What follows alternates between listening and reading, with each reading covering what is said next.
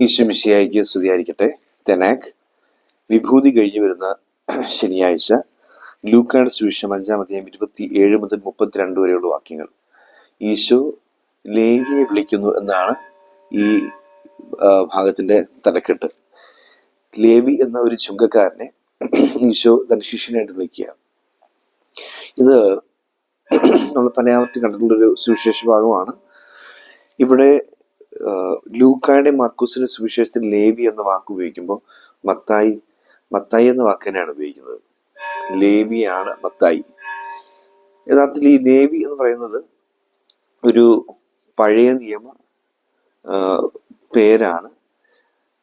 നമ്മൾ ഉൽപ്പത്തി പുസ്തകത്തിലേക്ക് പോകുമ്പോൾ അവിടുത്തെ 29-ാം അധ്യായത്തിലെ 34-ാം വാക്യത്തിലാണ് നമ്മൾ ലേവി എന്ന പേര് കാണുന്നത്. അവൾ പിന്നെയും ഗർഭിണിയായി. അതായത് ലേയെ കുറിച്ചാണ് പറയുന്നത്. ലേയുടെ 3-ാമത്തെ മകനാണ് ലേവി. അവൾ പിന്നെയും ഗർഭിണിയായി ഒരു മകനെ പ്രസവിച്ചു. അവൾ പറഞ്ഞു, ഇനി എൻ്റെ ഭർത്താവ് എന്നോട് കൂടുതൽ അടുക്കും, കാരണം ഞാൻ അവന് 3 പുത്രന്മാരെ നൽകിയിരിക്കുന്നു. അതുകൊണ്ട് അവൾ അവനെ ലേവി എന്ന് വിളിച്ചു. ആണ് ലേവി എന്ന പേരിന്റെ നമ്മൾ യഥാർത്ഥ അർത്ഥം മനസ്സിലാക്കുന്ന ഒരിടം കാണാൻ സാധിക്കും. സംഭവമൊക്കെ നമുക്കറിയാം. യാക്കോബ് റാഹേലിനെയാണ് കൂടുതൽ സ്നേഹിച്ചത്. ലേയെ അത്ര സ്നേഹിച്ചിട്ടില്ല. ലേയെ അവഗണിക്കാൻ തുടങ്ങിയത് കണ്ടപ്പോൾ 29-ാം അധ്യായം 31-ാം വാക്യം പറയുന്നത് ഇങ്ങനെയാണ്: ലേയ അവഗണിക്കപ്പെടുന്നതായി കർത്താവ് കണ്ടു, അവിടുന്ന് അവൾക്ക് ഗർഭധാരണ ശക്തി നൽകി. റാഹേലാകട്ടെ വന്ധ്യയായിരുന്നു. ഇവിടെ നമ്മള് ലേയെ ദൈവം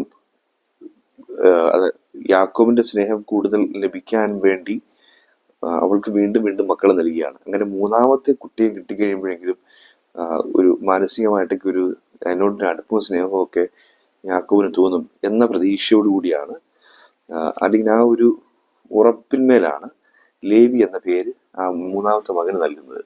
ലേവി ജോയിൻഡ് അല്ലെങ്കിൽ അങ്ങനെ കൂട്ടിച്ചേർക്കപ്പെട്ടു, അറ്റാച്ച്ഡ് എന്നൊക്കെയാണ് ആ വാക്കിനർത്ഥം. ഇനി നമുക്ക് സുവിശേഷത്തിലേക്ക് വരാം. സുവിശേഷത്തിൽ ലേവി എന്ന് പറയപ്പെടുന്ന മത്തായി ചുങ്കസ്ഥലത്ത് നിന്ന് ഈശോ വിളിക്കുന്നൊരു ശിഷ്യൻ. ഈ മനുഷ്യനെ വിളിക്കുമ്പോൾ ആ സുവിശേഷ ഭാഗത്ത് നമ്മൾ കാണുന്നതിനാണ് ലേവി തൻ്റെ വീട്ടിൽ അവന് വേണ്ടി ഒരു വലിയ വിരുന്ന് നടത്തി. ചുങ്കക്കാരും മറ്റുള്ള എല്ലാവരും ഒരു വലിയ ഗണം അവനോടൊപ്പം ഭക്ഷണത്തിനിരുന്നു. ഒരു വലിയ ഗണം ലേവിയോടൊപ്പം ഈശോടൊപ്പം ഭക്ഷണത്തിനിരുന്നു. എന്നിട്ട് അവിടെയാണ് പിന്നീട് ഈ നിയമജ്ഞരും ഫരിസേരും ഒക്കെ വന്ന് പിറുപിറുക്കുകയാണ്, നിങ്ങൾ ചുങ്കക്കാരോടും പാപികളോടും ഒത്ത് തിന്നുകയും കുടിക്കുകയും ചെയ്യുന്നത് എന്തുകൊണ്ട്? അപ്പൊ ഈശോ ആ പ്രസിദ്ധമായ ഏറ്റവും മനോഹരമായ കരുണയുടെ വാക്യം പറയുകയാണ്: ആരോഗ്യമുള്ളവർക്കല്ല, രോഗികൾക്കാണ് വൈദ്യനെ കൊണ്ട് ആവശ്യം. ഞാൻ വന്നിരിക്കുന്നത് നീതിമാന്മാരെ വിളിക്കാനല്ല, പാപികളെ പശ്ചാത്താപത്തിലേക്ക് ക്ഷണിക്കുവാനാണ്.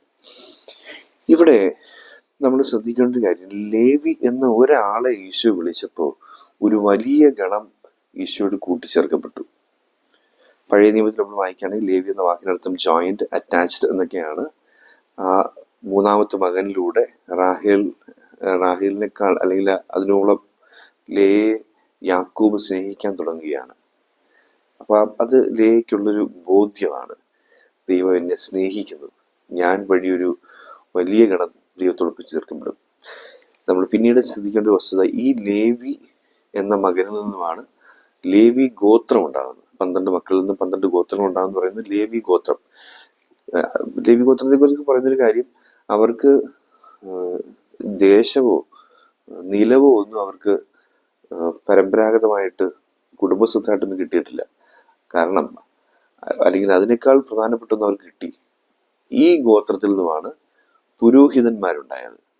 ലേവി ഗോത്രത്തിൽ നിന്നുമാണ് പുരോഹിതന്മാർ. ലേവിയുടെ പുസ്തകം നമ്മൾ വായിക്കുന്നത്. ലേവി ഗോത്രമാണ് പുരോഹിത ഗോത്രം. അതായത് ദൈവത്തോട് മനുഷ്യനെ കൂട്ടിച്ചേർക്കാൻ വേണ്ടി ദൈവം നിശ്ചയിച്ച ഗോത്രമാണ് പുരോഹിത ഗോത്രം, പുരോഹിത വംശം. ആ പൗരോഹിത്യ വംശം എന്ന് പറയുന്നത് ലേവി ഗോത്രമാണ്. അപ്പോൾ നമ്മൾ പിന്നെ ശ്രദ്ധിക്കേണ്ട ഒരു വസ്തുത, ഈ നമ്മൾ ക്രിസ്ത്യാനിറ്റിക്കകത്ത് നമ്മളിപ്പോൾ ചിന്തിക്കുന്ന അനുസരിച്ച് പുരോഹിതന്മാര് ജനത്തെ ദൈവത്തോട് കൂട്ടിച്ചേർക്കുന്നു. Joint, attached. ലേവി എന്ന വാക്കിനർത്ഥം അവിടെ നമുക്ക് കാണാൻ സാധിക്കും. ഇനി ഇത് വെറും പുരോഹിതന്മാർക്ക് മാത്രം പറഞ്ഞിട്ടുള്ള പണിയാണോ എന്ന് ചോദിച്ചു കഴിഞ്ഞാൽ അല്ല. പുരോഹിതന്മാരോടൊപ്പം ക്രിസ്തുവിൽ ജ്ഞാനസ്നാനം സ്വീകരിച്ച സകല മനുഷ്യരും പുരോഹിതരാണ്.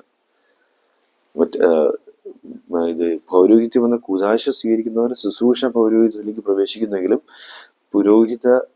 പൗരോഹിത്യത്തിന്റെ അംശത്തോടു കൂടി തന്നെയാണ് എല്ലാവരും ജ്ഞാനസ്നാനം സ്വീകരിച്ചത്.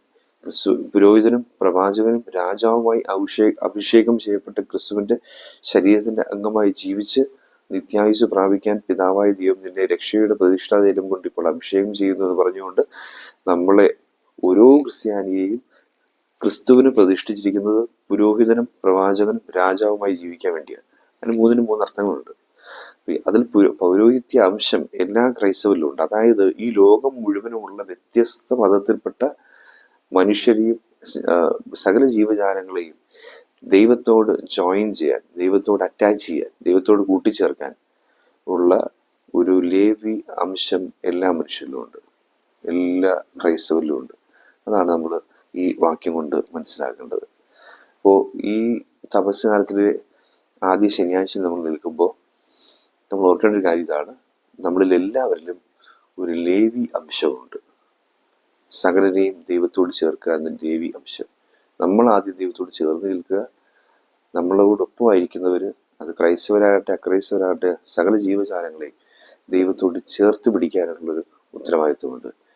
നമ്മൾ ഒരു വിരുന്ന് നടത്തി ഈശോയെ വിളിക്കുമ്പോൾ അതിനോടൊപ്പം വലിയൊരു ഗണവും കൂടെ ഈശോയോടൊപ്പം വിരുന്നിലിരിക്കണം.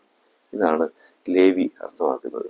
നമുക്ക് ആ ലേവി അംശത്തിൽ ജീവിക്കാനുള്ള കൃപയ്ക്കായി പ്രാർത്ഥിക്കാം. ദൈവം അനുഗ്രഹിക്കട്ടെ.